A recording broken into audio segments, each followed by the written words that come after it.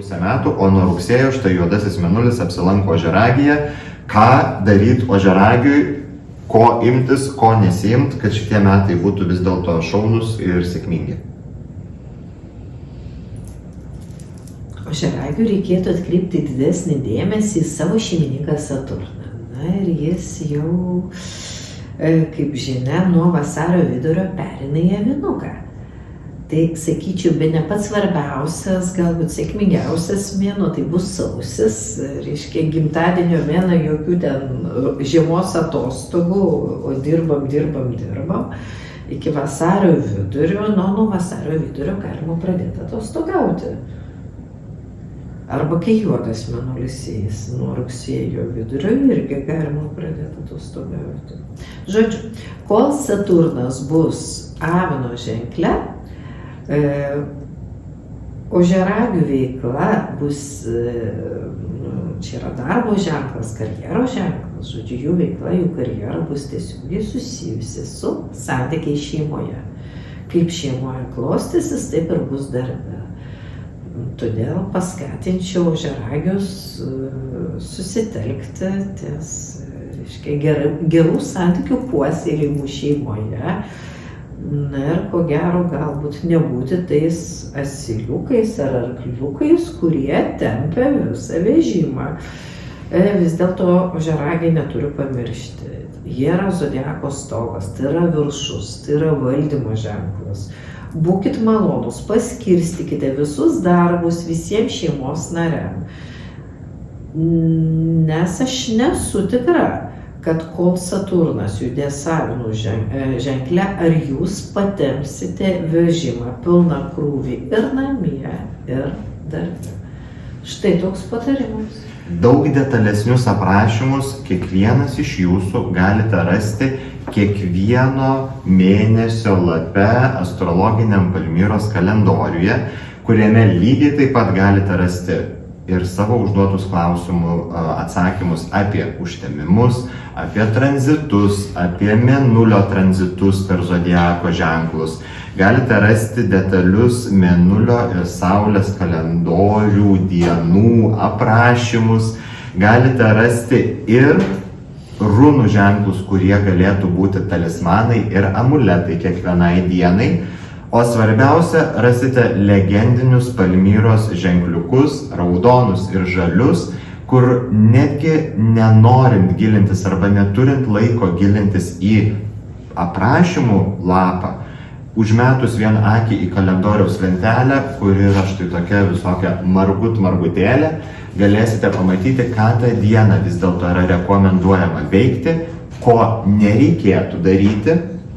Taip pat kalendoriaus pabaigoje rasite visų gyvūnų aprašymus, gyvūnų tai totemų aprašymus, tiek apie asiliuką zoroastrietiškai, tiek apie ugninio arklio metus, tiek apie Merkurijaus planetą kaip metų valdovę.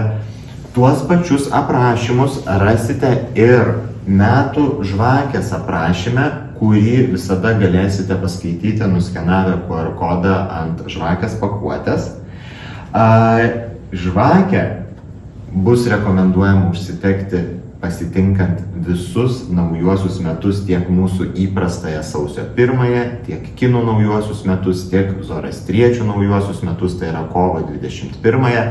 Žvakė dar praturtinta, saulei tekant, žvakė dar praturtinta spalva ir kvapais.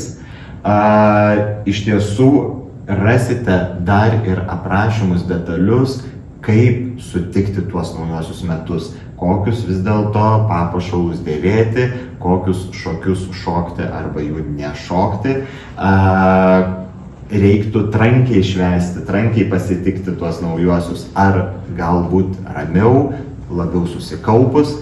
Visą tą informaciją rasite žvakės aprašyme ir žvakę galite įsigyti tik Smells Like Spells internetinėje parduotuvėje.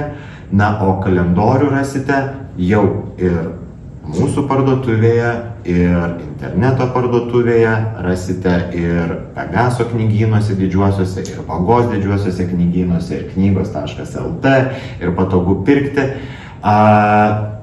Taip pat nuorodas tiesiogiai galite rasti ne tik Smells Like Spells interneto parduotuvėje kaip produktus, bet ir tiesiai po šituo video. Na, o žvakės aprašymus iš tiesų galėsite rasti net 3 kalbomis šiais metais.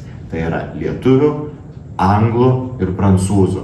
Todėl jei kalendorius tik lietuviškai, tai žvakė gali tapti netgi puikia dovana jūsų ir nelietuviškai kalbantiems draugams.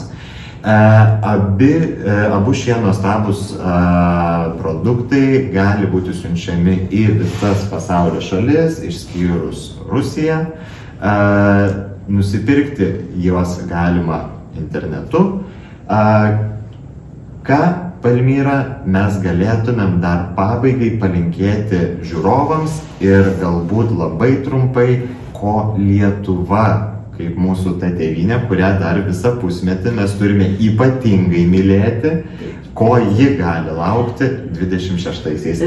Ko gali laukti Lietuva ir ką mes linkime žiūrovams? Tuoj pat pasakysiu, bet dar vienos detalės, sakiau, prie detalių negalima kabinėtis, o vis tiek noriu prisikabinti. Manęs dažnai klausia, o ką daryti su rūnų ženkliuku? Niekaip tu nepaaiškinai, 2 žodžius pasakyti. Ką daryti su rūnų ženkliuku? Kaip jais naudoti? Žmonės pasižiūri ir nežino, kaip tai. Visų pirma, pažvelgus į kalendorių, pasižiūrėti, koks tai yra rūnų ženklas, tą dieną, tada atsiversti kalendoriaus pabaigą, ar ne, ten, kur yra saulės parų aprašymai, mėnulio parų aprašymai ir rūnų ženklų aprašymai, juos galima tiesiog persipiešti detaliai ant lapelio popieriaus, galbūt ant akmenuko, galbūt ant odos gabalėlio, nes rūnos vis dėlto mėgsta tas natūralias medžiagas, ir galbūt tą dieną tiesiog įsidėti į kišenę, galbūt, nežinau, į rankinę ir vis galbūt netgi rytinės meditacijos metu vis vizualizuoti, vis pamėginti tą rūnų ženklą įsivaizduoti ir tokiu būdu jis galės tapti jūsų talismanu ir amuletu. Tai vėlgi ženklas, kuris suderintas, jeigu Palmyra savo mažuosius ženkliukus derina pagal daugybę astrologinių aspektų, tai rūnų ženklas kaip tokia vyšnaitė ant torto jau priderinta prie visų ženkliukų, aspektų, planetų tranzitų ir planetų judėjimų. Taip, iš tikrųjų norėčiau atkreipti dėmesį, kad tie ženkliukai tai yra į vieną vietą apjungta yra didžiulis kiekis astrologinės informacijos. Tai ne tik mėnulio diena, ne tik saulės diena, tai yra planetų tranzitai, tai yra tam tikri laipsniai, geri, blogi. Yra toks didelis kiekis informacijos ir jūs nenustebkite. Štai, tarkim, ko būna, aš gaunu tokius klausimus, tarkim, pagal mėnulio kalendorių, tarkim, 14 mėnulio diena, o pas mane nėra paženklinta, kad tą dieną galima pradėti naujus darbus. Kodėl? Neatitikimas. Tam yra priežasčių, reiškia kažkoks blogas tranzitas, kažkur kažkas yra negerai. Ir nenustebkite, netgi jeigu bus kartais labai bloga diena, jūs žinote, pagal mėnulio kalendorių, ten beveik nieko blogo nepažymėta. Reiškia, tai dienai yra tam tikra planetų padėtis be galo palanki, kuri bent jau iš dalies sugeba tą didįjį tos dienos blogį kompensuoti. Tuo ir yra retas kalendorius, kad čia yra susumuota visas informacija, kad žmogui nereikėtų sukti galvos ir jis dažnai pasimeta, nes dabar daug žino ir mėnulio kalendorių, ir saulės, ir informacija pjaunasi, ir netitinka.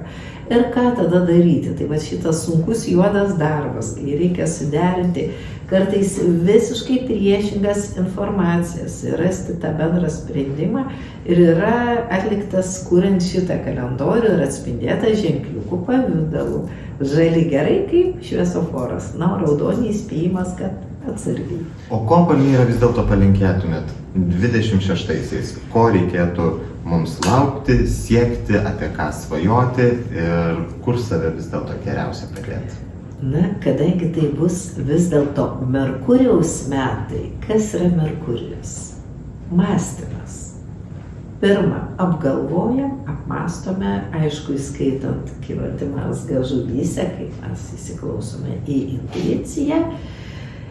Ir po to veikėme ir čia kalendoriuje buvo parašytas, man labai patinka senovės Avestos knygoje, tai šventų zoroastrietiškų knygų rinkinys Avesta, tas pagrindinis kelias – dora mintis, doras žodis, doras darbas. Toks galbūt ir būtų palinkėjimas. To linkime jums. Kviečiame pasidalinti šituo video įrašu, nes jis liks iš tikrųjų Smells Like Spells paskyroje. Galbūt jis bus įdomus jūsų draugams. Nepamirškite paspausti patiktuko, nepamirškite pasidalinti šituo įrašu. Nepamirškite nupirkti galbūt geriausios ir įdomiausios dovanos tiek lietuviškai, tiek nelietuviškai kalbantiems savo draugams, kuri lydės jūs visus ir draugus lydės visus metus, tai yra metų žvakė. Nepamirškite įsigyti Palmyros astrologinio kalendoriaus. Tariame jums sudie ir linkime gražiausių, sėkmingiausių ir žaliausių ateinančių metų.